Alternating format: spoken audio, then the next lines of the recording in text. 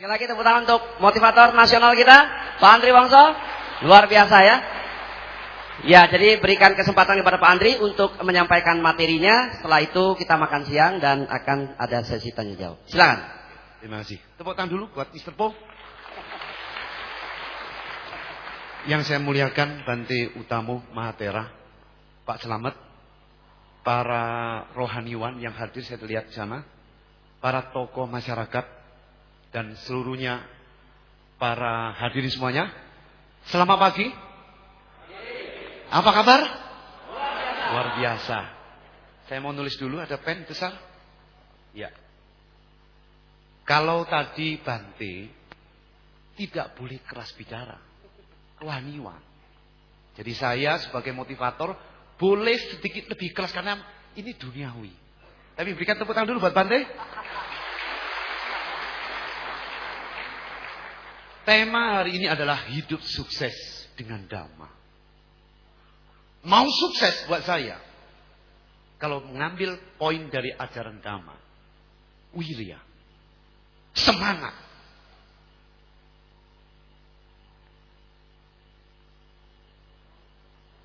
Jingsen, semangat. Tanpa semangat, tanpa motivasi, tanpa spirit, tidak ada namanya sukses. Maka 1 jam mendatang saya harap bapak-bapak dan ibu-ibu ikut larut. Mau sukses tanpa semangat, tanpa jingsen, pasti tidak bisa berhasil. Jadi kalau tepuk tangan dulu. Saya sudah lakukan puluhan tahun. Di HP, di telepon, di kantor, dimanapun. Apa kabar? Luar biasa. Luar biasa. Kenapa luar biasa? SDTT. Sekolah dasar tidak tamat. Hidup dari keluarga miskin.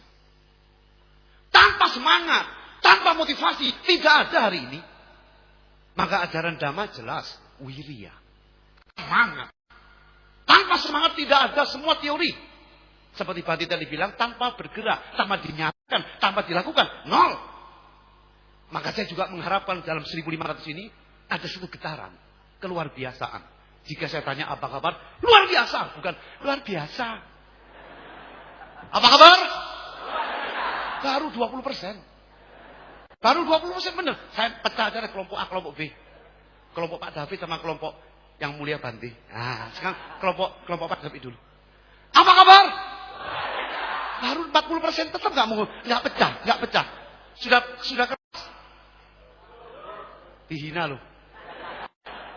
Siapkan. Apa kabar? 1-0 menang. Jangan kalah. Sudah bagus kelompok B?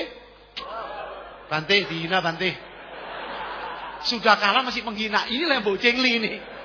Saya mau dengar menang atau tidak? Apa kabar? Anda Semarang. Makin Semarang makin kecil. Tepuk tangan dulu. 1-1. Terakhir bareng. Apa kabar? Anda Indonesia. Semarang. Bante. Luar biasa. Tepuk tangan dulu semuanya.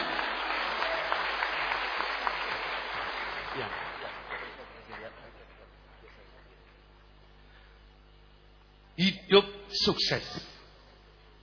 Definisi sukses bagi orang kan macam-macam. Lah apa? Apa definisi sukses? Buat saya definisi sukses. Definisi sukses adalah selalu berbeda dari sudut pandang satu orang dengan yang lain.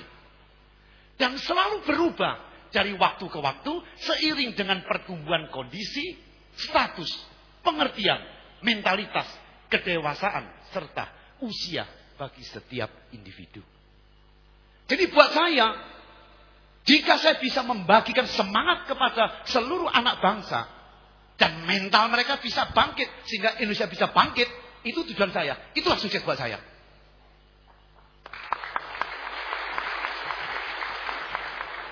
Mungkin bagi orang lain, belum ketemu pacar. Asal ketemu pacar, sukses. Ya silakan. Yang kawin sudah lama nggak punya anak, sampai punya anak, sukses. Itu sukses hidup. Yang miskin berjuang sampai kaya, sukses. Bisa. Maka berbeda. Selalu berbeda dari sudut pandang satu orang dengan yang lain. Dan di dalam diri sendiri selalu berubah dari waktu ke waktu. Dulu saya punya uang sukses. Punya mobil hijet sukses. Punya mobil BMW sukses. Punya Mercy sukses. Kalau udah semua naik terus. Kalau bisa dibagikan ke seluruh anak bangsa. Bisa mentalnya kaya dan bangkit. Itu sukses. Sehingga terus berubah untuk diri kita sendiri.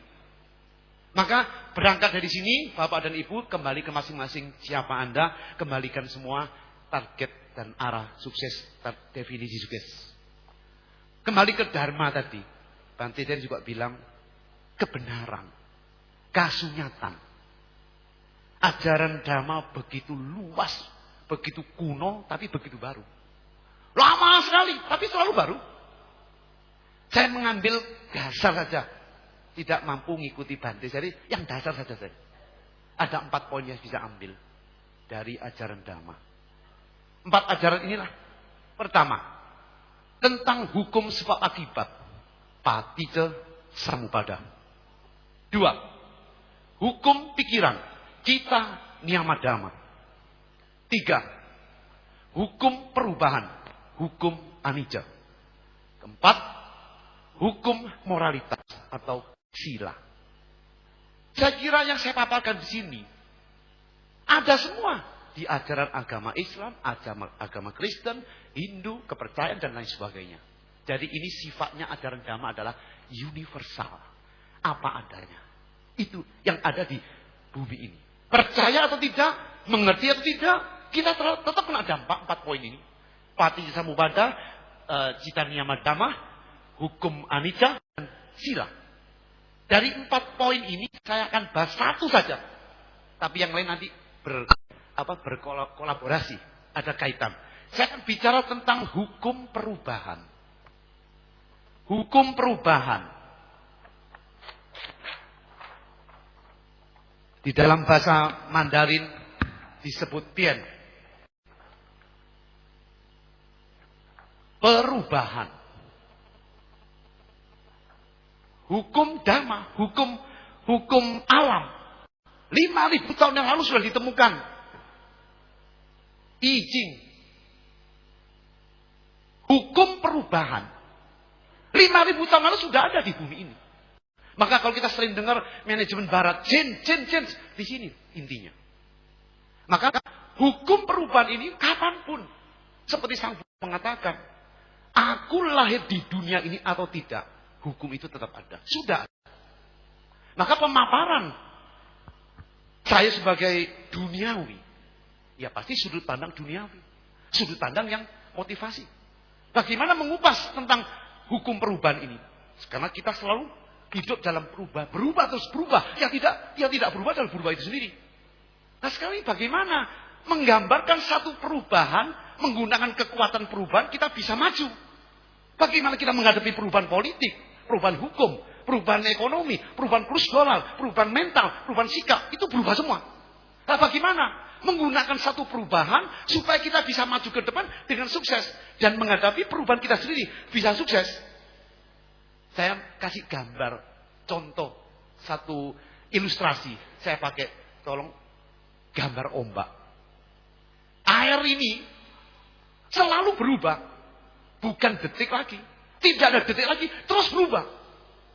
Tapi lucunya, perubahan yang begitu besar dan cepat, dan saking cepatnya saya nggak tahu lagi itu kapan berubahnya. Berubah terus.